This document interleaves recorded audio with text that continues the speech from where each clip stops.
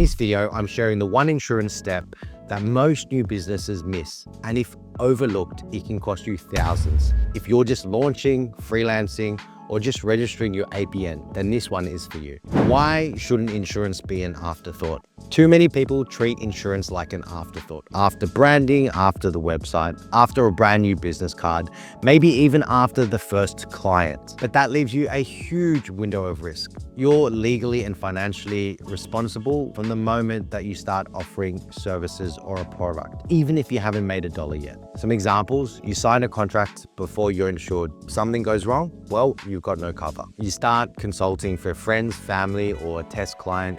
They rely on the advice that you provide. One error could lead to a potential claim. Insurance is not a nice to have. It's a safety net for your business, and it's something that cannot be overlooked. I'll talk about the first policy that most businesses need. For most businesses, it's going to be professional indemnity, public liability, or both. Public liability covers damage to someone else's property, physical damage, and it's an insurance that people need because they might have presence in a physical office space. And it's an insurance that most people will need because you might have a physical presence in an office space, or you might have a lease that requires it. You might be out there in the public, and the line of work that you do potentially puts other people's property at risk or other people at risk with injury. Professional indemnity is the other insurance, providing cover for financial loss as a result of the advice that you provide. The people that might need this: think advisors, coaches, consultants, engineers, bookkeepers, accountants. That's some of them, to name a few. Ask yourself this question: could the advice that I provide or the actions of my business cause someone to lose money or get hurt? If the answer to that is yes, then you need protection now, not when you scale. And the answer to that will be yes for almost all businesses. Now I want to talk about the step that everyone often misses, and this is aligning your cover with the start date of your business. The part that most new business owners and founders miss is making sure that you've got cover in place from the actual start date of your business. And this means not from when you launch publicly. This means from the moment that you start emailing prospects, you start quoting people, you start posting on social media publicly. And why is this important? Well, if something happens before your insurance starts, then you're not covered, even if a claim pops up months later. And here's a pro tip: for PI insurance or professional indemnity insurance, ask for a retroactive date that matches the start date of your business. And a pro tip: where possible, try and seek out an unlimited retroactive date. So that is a date that is not fixed to that one date of when your business starts. And the idea here is that it gives you a greater level of cover. Another tip is keep a record of when you started trading, operating, working with clients.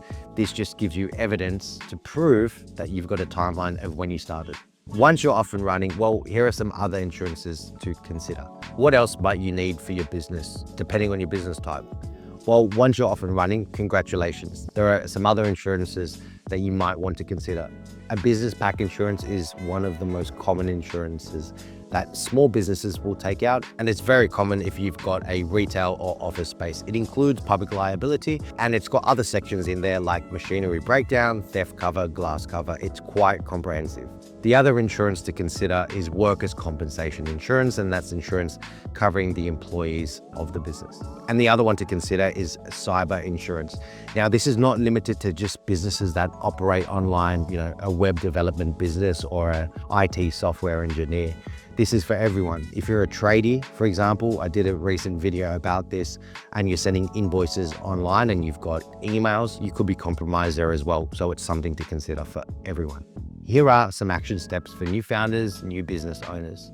Start with writing down the actual start date of your business. Note down how you're actually going to make money. Is it the service? Is it advice?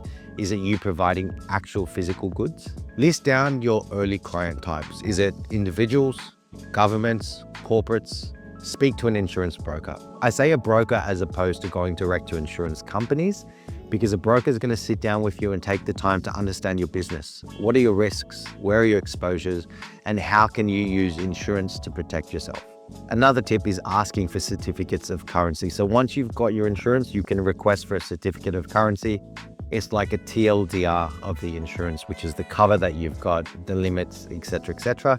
And this comes in handy when you've got things like contracts, because you can present that to your potential client and it provides essentially evidence that you've got the insurance and what that insurance includes as well. Bonus tip, keep all of your insurance policies, insurance documents, renewal dates in the one place. The future you will thank you. But if you can get an insurance broker, they'll do all of this for you.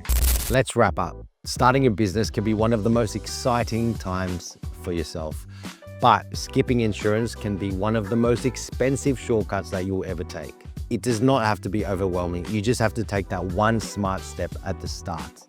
Like this video if you're a fellow founder or business owner, and comment down below if you're not sure what sort of insurance covers your business model. I hope this helped, guys. Subscribe for more ways to grow smart and stay protected. Thank you very much.